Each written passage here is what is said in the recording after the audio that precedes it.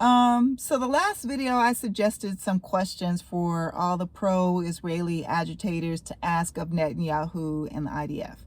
But I have some questions myself. I have some questions for the Biden administration. That's fair, right? If I'm going to direct these people to question their own government, then I should be able to question mine. So my number one question would be, where's our Iron Dome? Does it only cover Washington? Or does it cover all of the United States? Or do we have our own Iron Dome? Or do we just pay for Israel's Iron Dome? Like, where's our protection as Americans? What's up with that?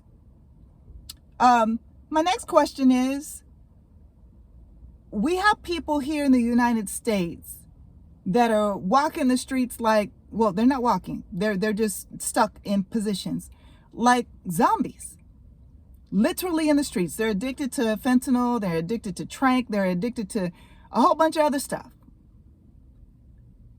And if they're not addicted to anything, we got a whole other, vast group of people across the United States they're just unhoused. So how is it that we always have billions of dollars? Or let me just take in this moment. How do we have repeated buckets of billions of dollars to go to Israel when we have zombies in our streets right now?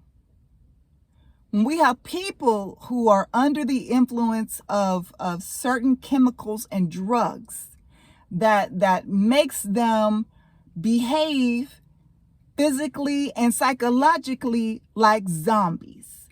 How is it that we believe that we have the luxury to send billions of dollars repeatedly, not once, not twice, not 3 times, I don't know how many total, but I know it's more than 2 huge tranches of money, cash, to a country that is slaughtering innocent people? We have money to do that, but we don't have money to help the people that are in our streets. Our fellow Americans that are living in the streets. Our fellow Americans that some of them aren't even aware that they are living on the streets. That's just how far gone their addiction is. How do we have billions of dollars for that?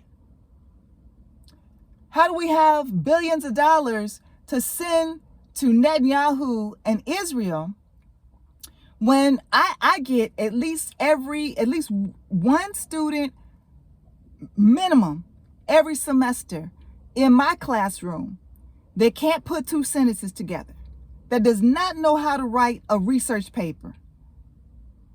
And I got nothing for them, because you should know this by the time you get to college. Where's the money for our education system? If we got billions of dollars, if we got billions of dollars to send to Israel, shouldn't our young people be educated enough to where when they get to college, they can write a freaking research paper?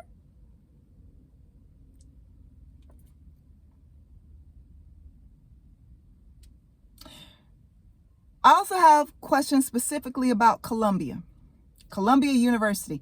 When Columbia University called Mayor Adams and the police, NYPD, to show up, they sicked the police on their students.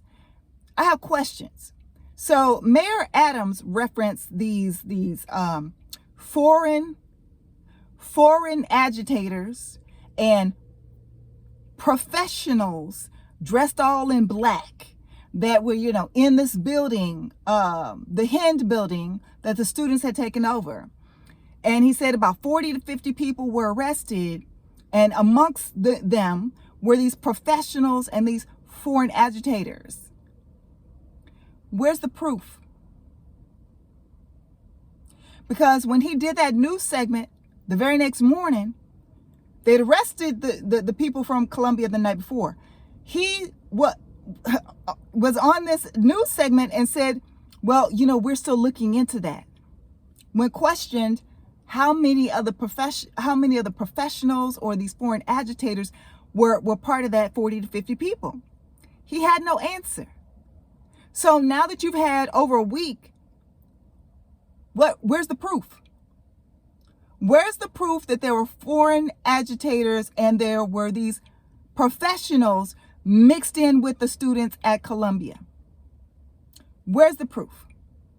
See, we need to start questioning and asking for verification and proof of all these things that they just keep throwing at us with no evidence, no proof, no receipts, and just expecting us to believe it.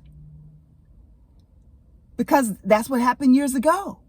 That's why they don't want us to be woke, because they want us to go back to where we don't question anything.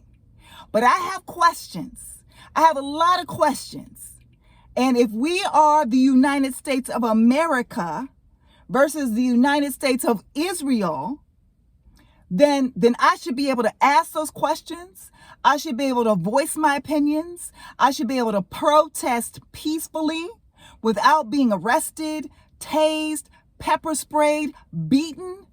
If this is truly the United States of America, if it's the United States of Israel, somebody please let me know so I can get the hell up out of here.